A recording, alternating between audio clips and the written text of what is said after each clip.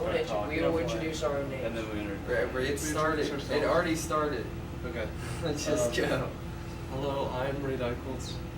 I'm Ben Singer. I'm Casey Bansul, Dawson Eichholz. Owen Taylor. And this is Pay for Play.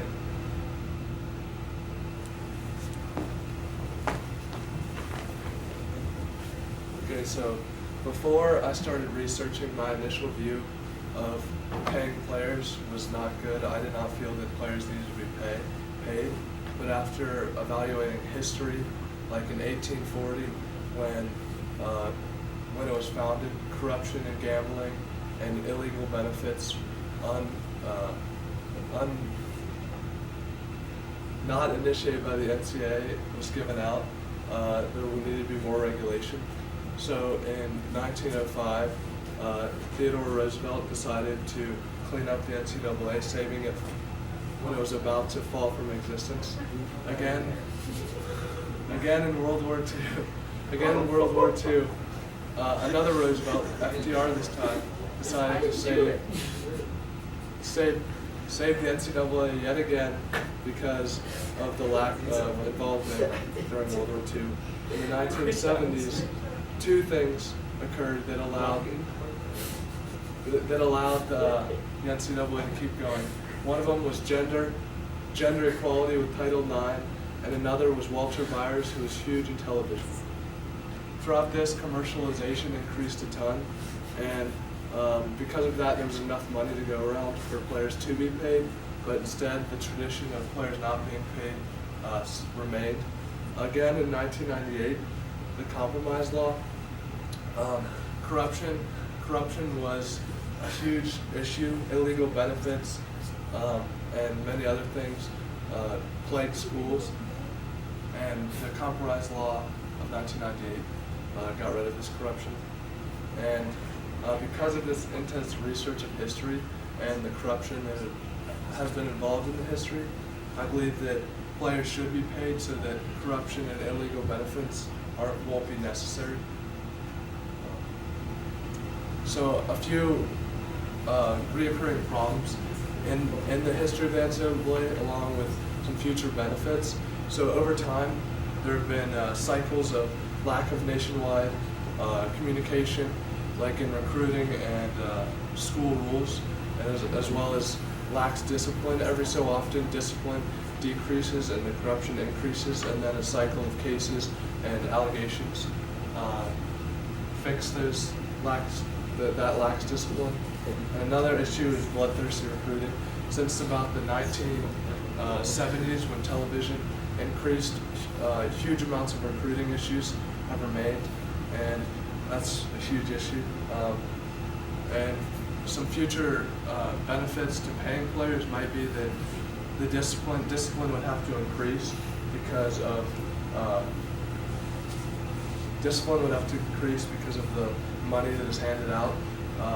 Caps may have to occur and many other things. Some examples of some cases that are perfect examples of why players should be paid. One is the Fab Five of Michigan.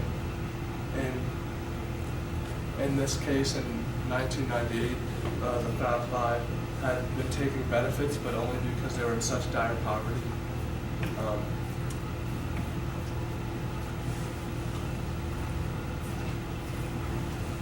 So, in order to better understand the NCAA, you have to understand their structure. And the structure of the NCAA starts with the executive committee. And the executive committee is where all of the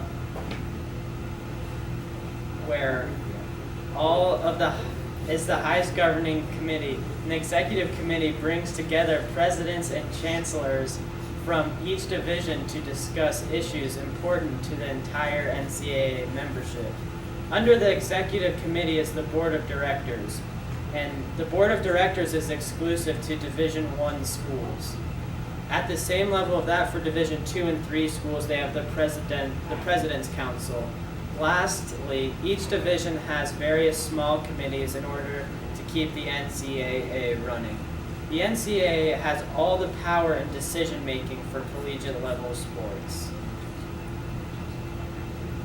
So how has government intervened with the NCAA? The NCAA is classified as a non-profit organization and therefore does not have to pay taxes. The classification has led to the NCAA to be scrutinized after various accusations. There are many people that believe the NCAA does not qualify for the tax-free benefits. The U.S. Congress has intervened multiple times on the issue. In 1976, when there were objections as to if the NCAA should be eligible for nonprofit status, Congress declared national or international amateur sports competitions serve as a charitable purpose under the IRC. Since amateur sports fall into the charitable category, a statute of the IRC gives tax exemption to charitable organizations such as religious and educational institutions. They were once again challenged in 2006, but Congress once again found nothing and no change became of the tax exemption.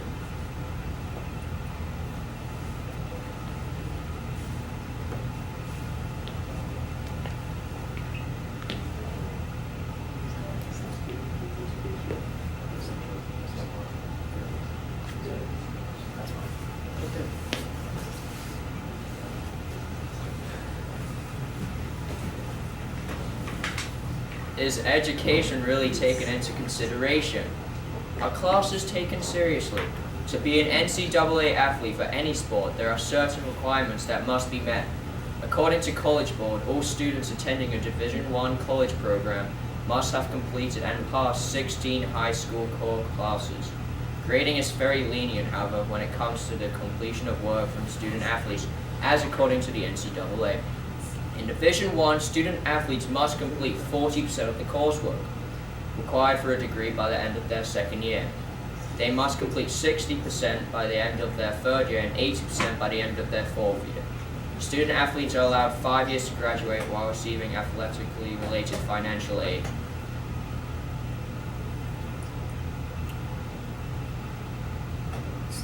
When you think of college athletes, many words come to mind, such as meathead,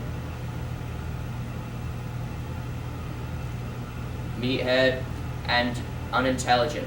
Is this an unfair assumption? The image in which a handful of players are portrayed, most notably in football, can have a negative impact on the rest of the team or sport. Players such as Jameis Winston and Derrick Rose. Jameis Winston was quoted after the national championship game saying, "I said, guys, we didn't come here for no reason. Cover the fact that athletes must the daily life of athletes. They have shortened summers due to the fact that they have to train and early morning workouts.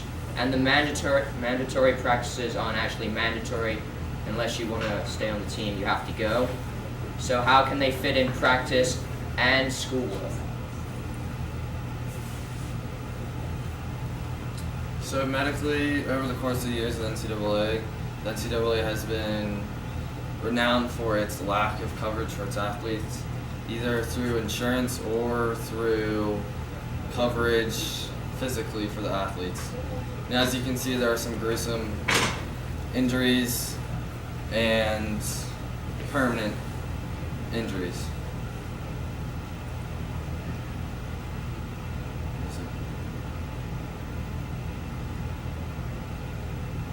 So today in the NCAA, there are many issues medically for athletes, but most importantly and probably most dangerous to the athletes are concussions. One instance with Derek Shealy that played fullback at Frostburg State. He is one of the more popular cases where he suffered a concussion, played through and was forced to practice, collapsed, and then died. Dr. Robert Cantu, a Massachusetts neurologist, studied his case and worked in cooperation with CNN.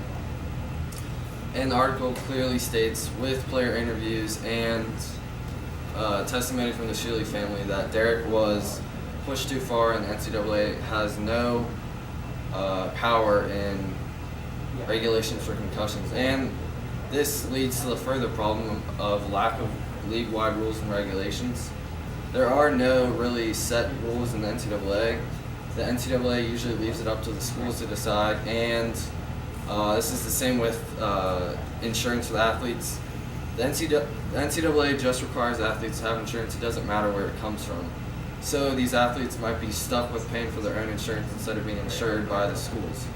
And in later years, this leads to gaps, which means these athletes are paying for injuries that occurred in their college years, and they're paying thousands of dollars out of school to pay for the injuries that happen while they're in school. Because of these lack of league-wide rules and inadequate coverage and injuries that are not covered well at all, the NCAA will be facing many penalties and has faced many penalties. And without any change, they will continue to be criticized.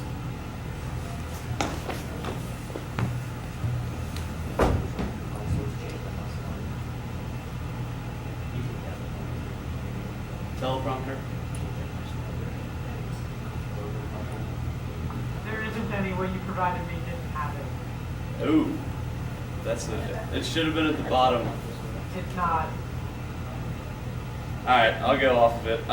What are the economics behind paying players? Here we go. There are several major factors for paying student athletes, but the most important ones are the 5 listed on the PowerPoint. Starting off, a Division I athletic scholarship is very elusive. Only 2% of high school athletes receive scholarships to pay college athletes, and a small percentage of those athletes receive a full scholarship. In a recent study done by Drexel and the National Collegiate Players Association, the average college athletic scholarship was worth $23,000, and the average shortfall was worth $3,285 for a full scholarship. A partial scholarship would leave an even bigger monetary shortfall.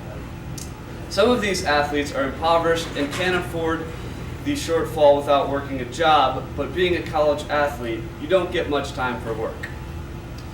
Recently, in the same study conducted by the NCAA, results showed that athletes of major Division I sports, specifically football, men's basketball, and baseball, spend over 40 hours per week on their sport while spending less than 40 hours per week on academic work.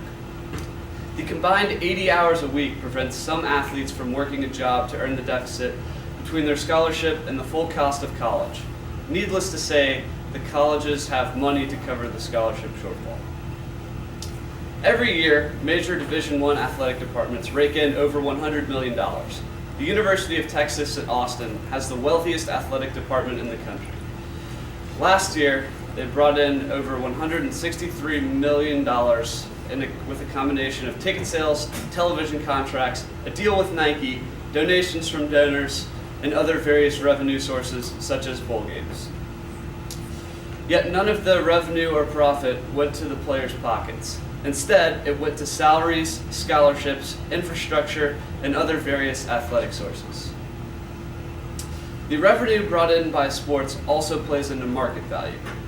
In the NBA and the NFL players get approximately 50% of a team's revenue annually. If the NCAA adopted a similar policy, Division I FBS college football players would be worth an average of over $135,000 per year, while Division I basketball players would be worth over $289,000 per year. If you take scholarship money out of that equation, the average FBS football player and men's basketball player loses $114,000 and $265,000 of his annual fair market value. The final step in the plan to pay collegiate athletes is the adoption of the Olympic model of amateurism. Amateur status means that an athlete accepts no monetary incentive for playing their sport. It is strictly for enjoyment. To be a collegiate athlete, one must maintain an amateur status. The amateur status not only prevents a rule against salary, but also prevents athletes from compensation for time spent on sport-related activities such as media appearances or endorsement deals. It also terminates eligibility for athletes who enter a draft to try out for a professional team. Adopting this model of amateurism would allow athletes to receive monetary compensation for their hard work. Signing endorsement deals and accepting money for autographs would give players pocket change that they would normally get from a job. But since they have no time for a normal job, it is a fair way to earn money.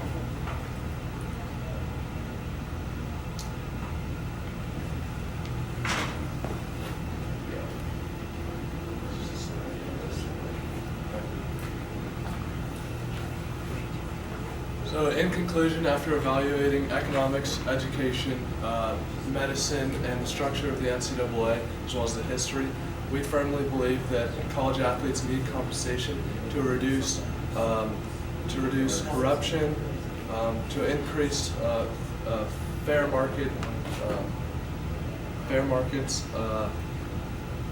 injuries after college, and many other ordeals.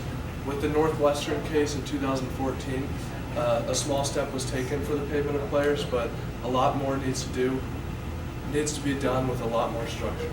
Thank you.